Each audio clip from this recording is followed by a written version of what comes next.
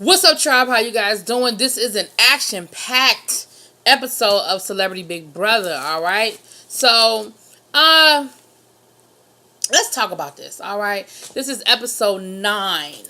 All right, we had a whole episode and we had a whole week in one episode. You know, I keep telling y'all this Celebrity Big Brother, they get them out of here.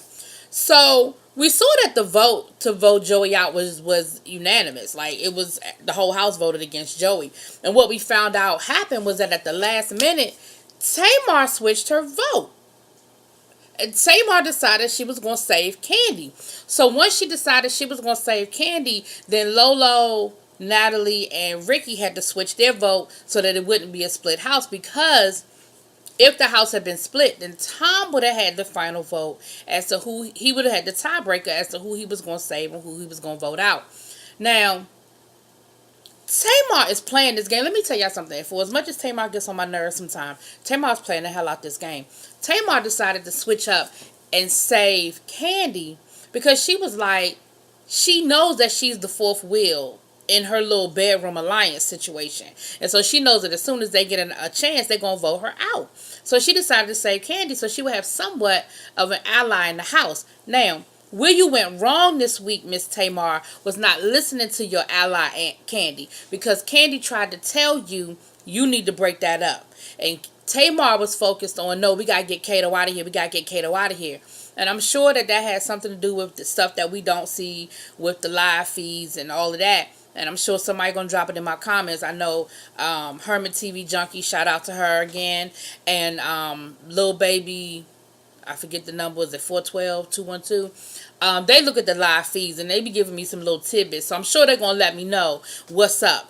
But because I didn't understand why Tamar was so adamant on getting Kato out. Because Tamar, she usually sees the whole chessboard. But in this particular situation, I feel like she was a little looking at this one-sided. Because to me, the boss move...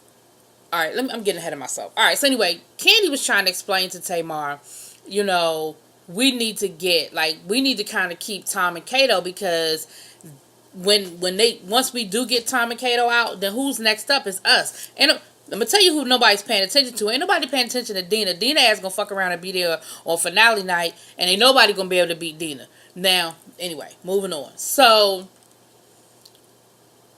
Tamar was like, no. And Natalie came at Tamar, and I was really shocked because Natalie was all waving her finger in Tamar's face, and I was really shocked that Tamar didn't respond, but Tamar held her cool. And basically they were telling Tamar, look, you need to get your girl under control because you decided you were going to save Candy. You better make sure Candy votes our way. Like, she came at Tamar real bully-ish, right? So I was like, okay. And that's when Candy tried to tell Tamar, like, nah, player. The move is to get rid of one of them. The move is to get rid of Lolo or Natalie, but okay. So we played the power of veto. I mean, the head of household, I'm sorry. We played the head of household. Dina.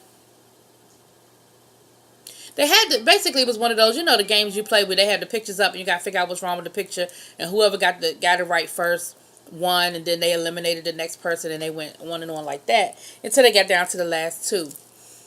So when their goal was to get Kato, right?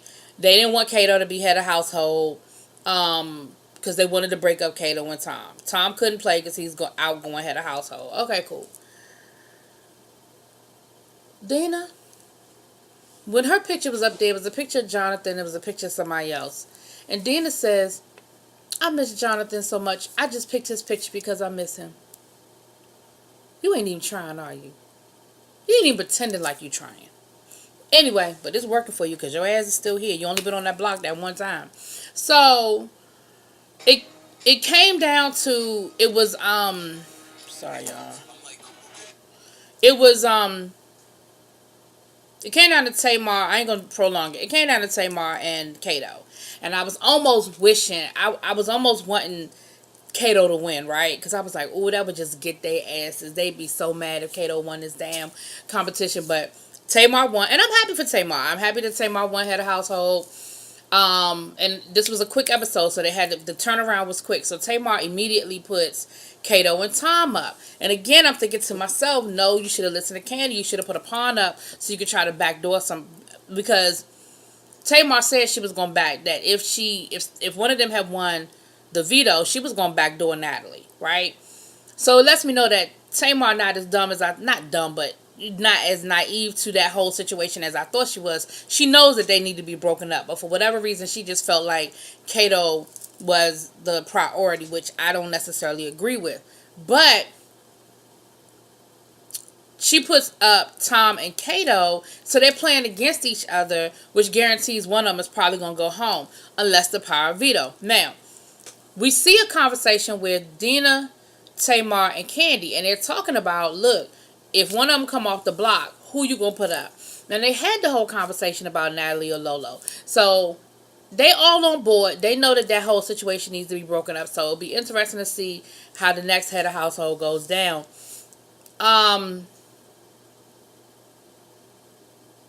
So, those were on the block. Power veto. Because, again, this episode went real quick. There wasn't a whole lot of conversations. Power veto.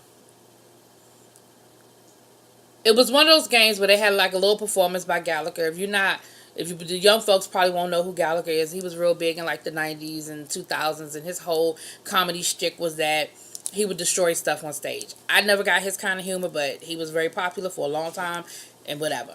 So he does a little miniature performance, and of course they have to remember the performance, answer some questions. Whoever gets the most answers right wins the power veto. I was so mad. Because Lolo wins the freaking power veto. So I'm like, damn, that guarantees that Kato or Tom is going home. It ended up being a unanimous vote for Kato. I did that in 6 minutes. It really wasn't a whole lot to talk about strategy-wise and stuff like that. They didn't show a whole lot of stuff going on. Now, I do know that the house is starting to get sick of Lolo. If you look at the live feeds, they're starting to get sick of Lolo. Lolo is getting a really bad reputation as being somebody that's a hothead, that's popping off on people. So I don't know when they're going to bring that narrative into what's going on, because from my understanding, it's sort of already going on in the house and they're already sick of her. So it'll be really interesting to see when and how they bring this into play. I don't know who the new head of household is. If you look at the live feeds, I'm sure you already know.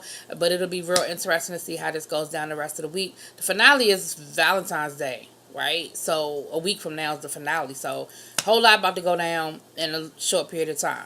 Y'all let me know what y'all think. Drop it in them comments. Peace.